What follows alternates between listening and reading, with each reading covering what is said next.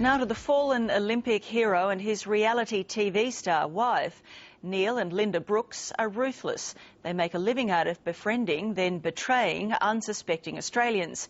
Since we began digging into their activities, this pair has done everything in their power to stop this story going to air.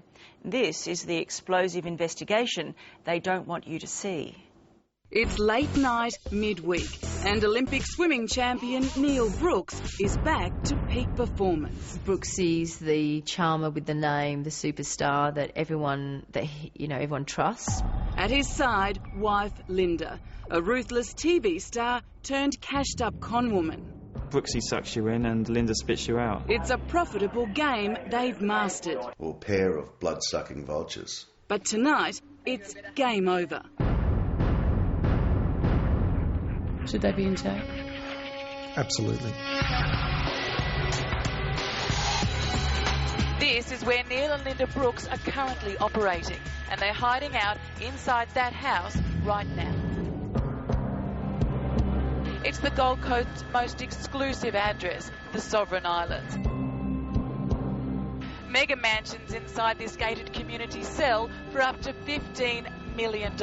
So how could these two possibly afford to buy here when it was only 14 months ago they were flat broke and owed a fortune to creditors? Tell me how you're affording to live the lifestyle you are. This is so because we work hard. They do work hard at spending other people's money, from mums and dads. It's been absolutely horrendous on my family. It's gut-wrenching. To multi-millionaires. They'd sold my shares for $2 million. Australian celebrities and international stars. We're talking hundreds of thousands of dollars. Sporting teams in this country. Holden dealer team for $30,000 worth of merchandise that was supposed to go to Bathurst. And overseas. It was basically going into one of Neil's other online accounts that he had for another business. You told me you were going to turn over and you leave. I have. You're going to do the right thing by people. It's just about Amanda. It's going to be a great one. And Neil Brooks for Australia is going to bring in the mean machine to another gold medal. He's white climbing up the floor. What a swim. What a magnificent swim.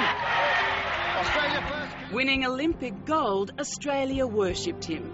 But the mean machine's main man became a monster.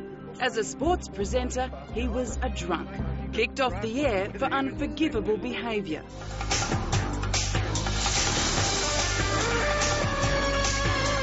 She claimed her fame using the name Linda Cameron. Because I don't think she's as dumb as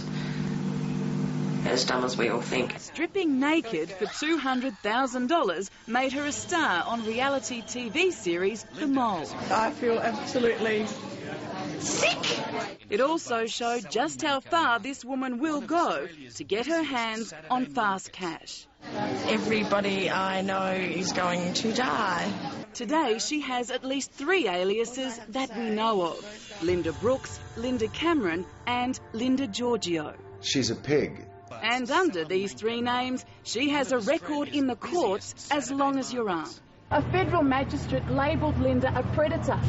Oh, that is so unfair. Last year, he was a bankrupt. Right now, she is. And as you're about to see, together, these two are very, very dangerous. This pair are like a modern-day Bonnie and Clyde. John Fish was introduced to Neil Brooks by a mutual friend, Olympic basketballer Shane Heal. I wrote him another cheque for $42,000 and said, here, brother, go pay your bills and let's make a real success of this business.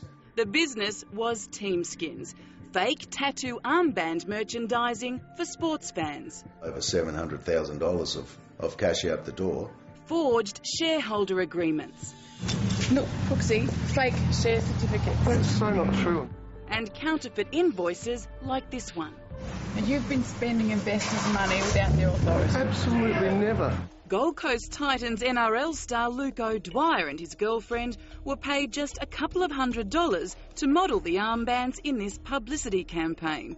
But the Brooks gave John Fish a bill for 17 times that amount.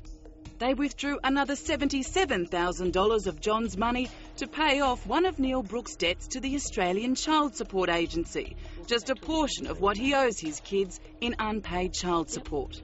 But just to have it stolen, you feel violated. Neil and Linda Brooks spent $740,000 of John Fisher's money, and they did it in just 4 months. This car is close to $100,000. Amanda. Neil Brooks' brand new baby is straight out of this Surfers Paradise showroom. It's only had it a couple of weeks. Oh, really? Just picked it up? Yeah. Hand-built, only 500 of these V8 GTS Holdens have been made. Neil's one, it's got a, it's about $3.5 grand. Linda Brooks' luxury four-wheel drive retails for $130,000. Linda's driving a Range Rover. Hard to believe when only 20 months ago, BMW Australia successfully sued her in the Supreme Court, repossessing the prestige car she wouldn't make repayments on. Her brand new Range Rover may not last long either. Here the couple appear to be drunk after spending 5 hours knocking back glasses of wine and shots of alcohol. Linda Brooks is the first to get behind the wheel. Clearly having difficulty with the accelerator, she stops and starts, limping all the way down the street. They don't even worry about authorities. Jumping into his new supercar, Neil Brooks is finding it hard to even keep a straight line. Oh, he's swerving. He then takes off at speed so fast, it's too dangerous to keep up with him. Making the law look like a jackass. What did they want from you? Okay, well, basically they were looking for investors to come into a business that they'd actually started. $2 million for Glenn Melchek and his wife to become 50% shareholders. We looked at the share certificates, they looked legitimate, etc. They were signed by the director, being Mr Neil Brooks, and the secretary, Linda Brooks. But again, the share certificates aren't worth the paper they're printed on. Fake share certificates. The fraudulent paperwork doesn't stop there, and that's how Neil and Linda Brooks got their hands on so much of Glenn's money. Did you believe that you were a signatory to that account? Yeah, because we'd already filled in the documentation in February. So Neil and Linda Brooks weren't supposed to be able to take any money out unless you or your wife had signed as well? That's correct. Funds could be removed only when 3 out of the 4 directors had signed a withdrawal form. But as you can see, Linda Brooks scribbled out that instruction on the bank authorisation, then ticked the box above it, permitting her or Neil to withdraw any amount of money they liked without the approval of anyone else in the business.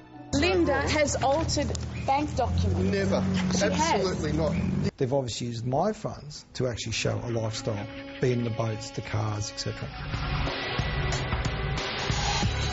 According to the real estate agent, Neil and Linda Brooks' new 4-level mansion is the most famous and most photographed on sovereign islands.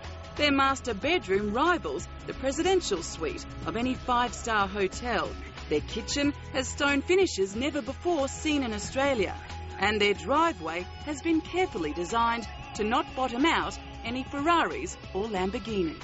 What about the boat? What size is the one he's looking at? It's a 58.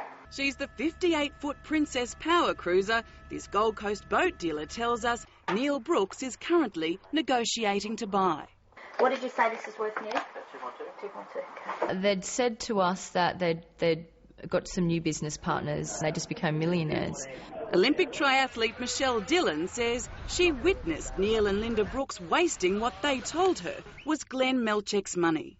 They were spending it like it was water, and Pretty hard for me to swallow. we're talking hundreds of thousands of dollars was spent very, very quickly. At the same time they were fleecing Glenn Melchek, Linda Brooks convinced Michelle Dillon to invest in a new sports supplement company she was starting up. You know, she was becoming a director in May, when she was a bankrupt in April. Becoming a director of this new company while a bankrupt is against the law.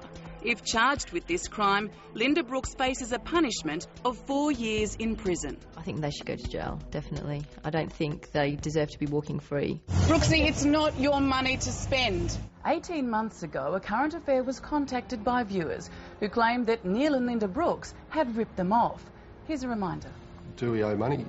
Some people we do owe small amounts of money to. How much do you owe? Around the $50,000 mark. Will you pay these people back? Can you ever pay these people back? Absolutely. Totally, absolutely. But they didn't pay it back. In fact, since then, a federal court magistrate has prosecuted Linda Brooks, labelling her a predator. You said to me last time that you turned over a new leaf. This story has been a difficult one for me to tell. Brooksy and I used to be workmates, but as you've seen, to him, mates don't mean much. In fact, friendship is what he and Linda use to hunt down innocent people and prey on them. Linda Brooks are up for this, and, here's how, fast they are and what they're doing. At one point during this investigation, Linda Brooks promised our producer that she would face the music. So you and Neil will sit down with us in front of cameras and answer our questions. I am happy to do that, and I agree to that. But when they realised what we knew, they turned nasty. Since then, they have done everything in their power to stop this story going to air. Who are you, by the way? Hey? Who I am. This is the man who trains with Neil Brooks. He's also the man, it seems, who protects him.